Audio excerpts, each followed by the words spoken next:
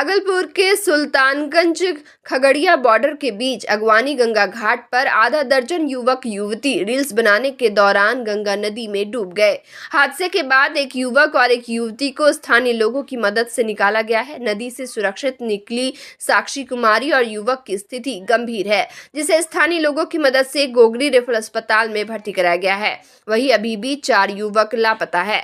लापता युवकों में मुकेश चौधरी, राजन कुमार, आदित्य कुमार और श्याम कुमार शामिल है। इधर घटना की जानकारी मिलने के बाद स्थानीय पुलिस मौके पर पहुंची। एसडीआरएफ टीम के साथ पुलिस खोजबीन कर रही है। अंचल अधिकारी समेत पुलिस मौके पर पहुंचकर लापता युवकों की तलाश में जुटी हुई है। ग्रामीणों ने बताया कि सुबह से ही गंगा नदी में यह लोग वीडियो बनाने के लिए पहुंचे हुए थे। वीडियो बनाने के दौरान ही हादसा हुआ है। फिलहाल स्थानीय पुलिस और एसडीआरएफ की टीम लापता युवकों की तलाश में जुटी हुई है। ये लोग 8 बजे दिन में ही सुबह ही घर से आ गया था यहाँ गागवानी। और गंगा जी में ये पांचों लड़का एक लड़की थी, अपना खेल कूद कर रही थी, जो भी आजकल का होता है, रील्स बनाना या कुछ करना, मनचला युवक टाइप का था। उसी में से अभी खबर मिला कि कुछ देर पहले कि वो लोग जो है डूब रहा है। तो हम लोग वहाँ से आए तो पहले 2 को देखे, वहाँ पर हॉस्पिटल में है जो बचा हुआ है। लापता 4 है। चारों कुल्हड़िया पंचायत का ही है। उसमें 2 है भरसवा ग्राम का। भरसवा ग्राम का आपको मुकेश।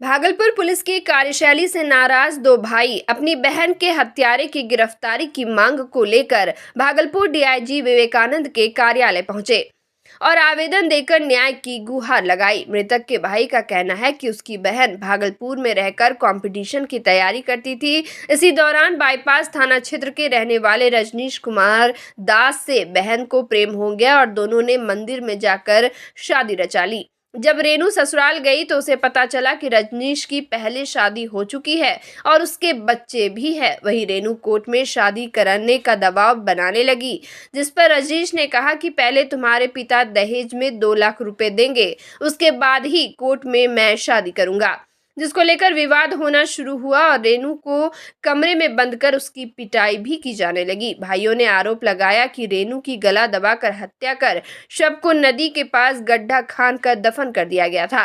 मामले में फरार आरोपियों की गिरफ्तारी को लेकर दोनों भाई थाने से लेकर वरीय पुलिस पदाधिकारी के कार्यालय का चक्कर काट रहे हैं। मेरा नाम इंदर कुमार हुआ और हम सनौला थाना के भैंसपुर गांव का निवासी हैं और भागलपुर डिस्ट्रिक्ट हुआ मेरा। मेरी बहन का नाम है रेनू कुमारी और वो पढ़ती थी भागलपुर में रहकर।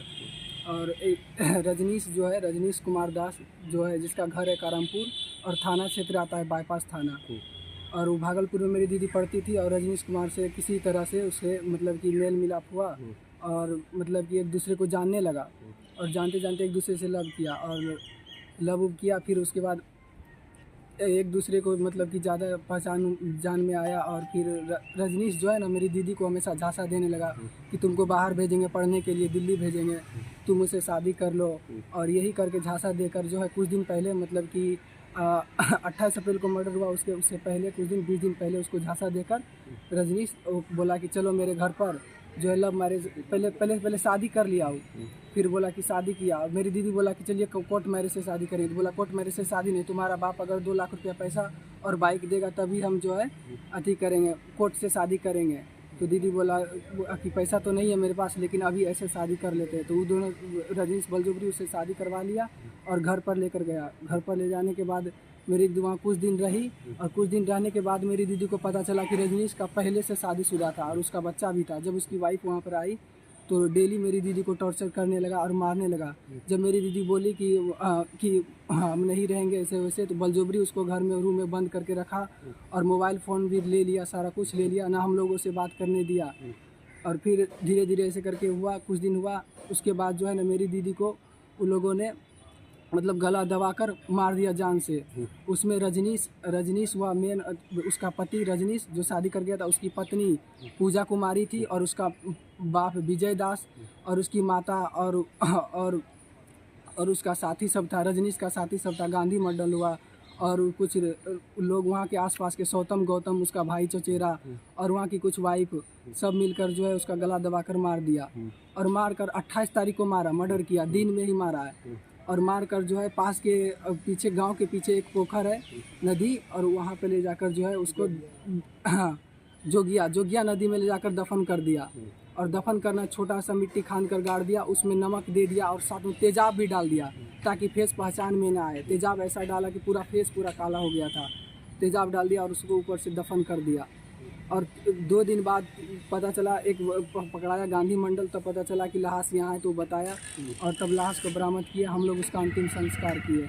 और जब जिस दिन मर्डर हुआ उस दिन जब हम घर पर गए तो घर पर कोई लोग नहीं था। वहाँ पे 112 वाला पुलिस गया था, बाईपास थाना का गया था। क्या कर रही है?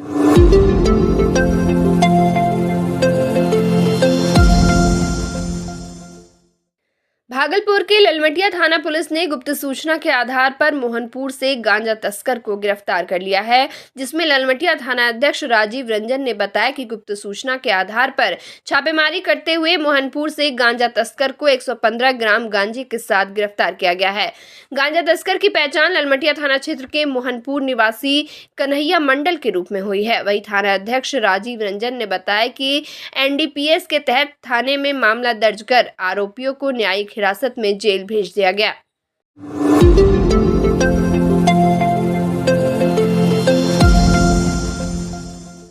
भागलपुर स्मार्ट सिटी की महापौर डॉक्टर वसुंधरा लाल ने आज वार्ड की साफ सफाई एवं नालों की उड़ाही का जायजा लिया। महापौर ने जिले के वार्ड नंबर 15, 13, 7 और वार्ड 6 का औचक निरीक्षण किया। इस दौरान उन्होंने कहा कि अनाथालय रोड में नाले के ऊपर ढक्कन जरूरी है, इससे जो डायरेक्ट नाले में कूड़ा फेंकते हैं इससे बचाव होगी। साथ ही सड़क की चौड़ाई भी बढ़ जाएगी और यातायात व्यवस्था में भी सुविधा मिलेगी। वहीं नाले के ऊपर लोगों ने अतिक्रमण कर रखा है, जिसके कारण उड़ाही में दिक्कत होती है, जिसको देखते हुए अतिक्रमण विभाग को लिखित सूचना दी गई है। जैसे ही नालों के ऊपर से अतिक्रमण हट जाएगा, नाले की उड़ाही आसान हो जाएगी। साथ ही कलवट में सुधार जरूरी। निरीक्षण के दौरान महापौर के अलावा वार्ड पार्षद प्रीति शेखर, पंकज कुमार, नंदीकेश नंदी, शशि मोदी समेत कई लोग मौजूद रहे। सबसे पहले वार्ड नंबर 15 गए हम लोग और वहाँ पे सफाई व्यवस्था देखी और नाले का उड़ाही देखा। वहाँ पे मेन समस्या है कि कलवर्ट बहुत नीचे है और उसके नीचे से पानी निकासी होने में बहुत प्रॉब्लम आ रहा है, तो वो कलवर्ट बनना है। और जो उड़ाही हो रही है वो तो बहुत अच्छे से हो रही है, जहाँ पर भी उड़ाही हो रही है। और उसके बाद हम वार्ड नंबर 13 में गए, वहाँ की भी उड़ाही अच्छी चल रही थी। वार्ड नंबर 8 में गए, वहाँ पे उड़ाही भी वहाँ बिल्कुल ठीक था। और जब वार्ड नंबर 6 में गए, वहाँ मेन समस्या था, उड़ाही तो हो रही थी लेकिन वो रोड पर जो नाले के ऊपर ही बना दिया है, वो पूरा घर बना दिया है, कोई अपना सीढ़ी बना दिया है, कोई रैंप बना दिया है, जिसके चलते उड़ाही में समस्या आ रही थी। जैसा केवल वार्ड नंबर 6 की समस्या नहीं, ये कई वार्डों की समस्या है। उसके लिए वो अतिक्रमण शाखा को ला करके वो अतिक्रमण शाखा को बुला करके पूरी तरह से JCB से, जब तक नहीं जो नाले पर बनाया हुआ स्ट्रक्चर है, परमानेंट स्ट्रक्चर, उसको हटा के जब तक उड़ाही नहीं होगी तो पूरी तरह से उड़ाही वहाँ की नहीं हो पाएगी। उसके बाद जो कलवर्ट है वो भी पूरी तरह से एकदम धंस चुका है, बहुत पहले का कलवर्ट बना हुआ है और वो पूरी तरह से इतना धंसा हुआ कि उसके नीचे से पानी पास करना मुश्किल हो रहा था। तो ये सारी समस्याएं हमने देखी, लेकिन हमारे जो अभी गैंग लेबर लगाए गए हैं वो लोग बहुत अच्छे से अपना काम कर रहे हैं, उसमें कोई तरह का कोई परेशानी नहीं है। और वार्ड नंबर 4 में फिर हम लोग गए अनाथालय रोड में, वहाँ भी बहुत अच्छे से सफाई हुई है। और वहाँ का मेन समस्या है ये जो अनाथालय रोड है, वहाँ पे बहुत ऊंचा रोड बन गया है और बहुत नीचे से वो जो ब्रिज है, रेलवे ब्रिज, तो वो बहुत नीचे हो गया, तो उसको थोड़ा सा लेवल करना पड़ेगा, जिससे कि वो जो तुरंत जो बाइक वाले चलाते हैं और गिरते पड़ते हैं बच्चे, तो वो ठीक हो जाएगा वो समस्या से। और कई जगह हमने देखा है कि नाले पर ढक्कन बनना बहुत ज़रूरी है। वो ढक्कन बनने से रोड की चौड़ाई भी बढ़ जाएगी और नाले का सुरक्षा भी होगा, क्योंकि बहुत लोग नाले में डायरेक्ट कूड़ा फेंक देते हैं। तो इन सब चीज़ों को ध्यान में रखा जाएगा और इन सब चीज़ों के लिए हम लोग आगे कार्रवाई करेंगे। धन्यवाद।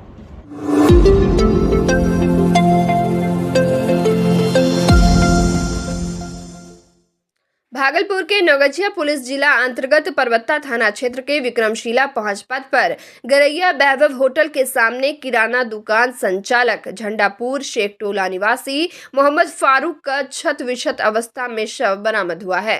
परबत्ता पुलिस द्वारा शव को कब्जे में लेकर अनुमंडल अस्पताल नवगछिया पोस्टमार्टम के लिए भेज दिया गया। वही घटना की सूचना पुलिस ने मृतक के परिजनों को दी। जानकारी के अनुसार मृतक मोहम्मद फारूक पिछले कई वर्षों से परबत्ता थाना क्षेत्र के वैभव होटल एवं पेट्रोल पंप के सामने किराना का दुकान संचालित करता था। जानकारी के अनुसार गुरुवार देर रात उसके गांव के ही 3 व्यक्ति के द्वारा दुकान पर से बुलाकर उसे कहीं ले जाया गया। वहीं शुक्रवार शाम किराना दुकानदार का शव होटल से 200 मीटर आगे फेंका हुआ बरामद हुआ। इधर परबत्ता पुलिस के द्वारा तत्काल मृतक दुकानदार को बुलाने वाले एक व्यक्ति झंडापुर निवासी मोहम्मद फूलो उर्फ फूल खान को हिरासत में लेकर पूछताछ किया जा रहा है। वहीं इस घटना को लेकर मृतक के पुत्र मोहम्मद मेहताब आलम ने बताया कि झंडापुर के 3 व्यक्ति के द्वारा ही बुलाकर उसकी हत्या की गई है। पूरा घटना बताइए। ये घटना सर कल 17 तारीख के सुबह में 2 बजे वो आया था 3 आदमी से। मेरे गांव का है मोहम्मद फूलो और एक संदी बुल्लेस नाम है, और फूलो का मेरा भाई एक है, उसका नाम नहीं पता है सर। तो वो सब आया था और जो है मेरे गांव का वो सब देखा था, वो मिला भी और वो उनसे पूछा तो वो बोला कि मेरा ट्रक आ रहा है तो हम ससुराल से आ रहे हैं। इसके बाद वो सब दारू पी के फूल का 3 आदमी थे। मेरे पापा के पास मोहम्मद फूलो अकेला आए, कुड़िया लिए पापा से। पापा गांव का था, पापा को बुलाएं। पापा चल गए कि गांव का है, वार्ड है वो अभी। तो पापा को बुलाएं तो पापा उनके साथ गए। इसके बाद 2 बजे जब पापा उनके साथ गए, होटल का स्टाफ रंजीत कुमार को बोले कि हम आ रहे हैं बाथरूम से। तो इसके बाद वो बोला कि बाथरूम ठीक है जाइए। तो इसके बाद फिर वो 2 बजे गए। फिर इसके बाद पापा मेरा उधर से रिटर्न नहीं आए। आज कब जानकारी मिली, कहाँ सब मिला है? आज सर इसके बाद सुबह में हमको जब फ़ोन के द्वारा यहाँ से फ़ोन गया जाने, तो इसका छानबीन करने लगे, नहीं मिला। इसके बाद हम आज सुबह जब फूलों से मिलने के लिए गए घर पे, कल्ला हम और एक मेरा भाई था छोटा, तो फूलो आ रहा था। और जब फूलों को हम पूछे, फूलों जब आप गए थे वहाँ दुकान पे तो क्या आप अब्बा को कहीं लेके गए थे? बोला कि नहीं, हम नहीं लेके गए थे। तो वो हमसे नज़र मिला के बात नहीं कर रहा था, डरावनापन से बात कर रहा था। फिर इसके बाद हम अपने जीजाजी को लेके गए साथ में उसके घर पे। वो घर पे नहीं था, वो केबिन पे था। वो केबिन पे फ़ोन करके बुलाया और उसके साथ बुल्लेस भी था उस टाइम। कहाँ मिला?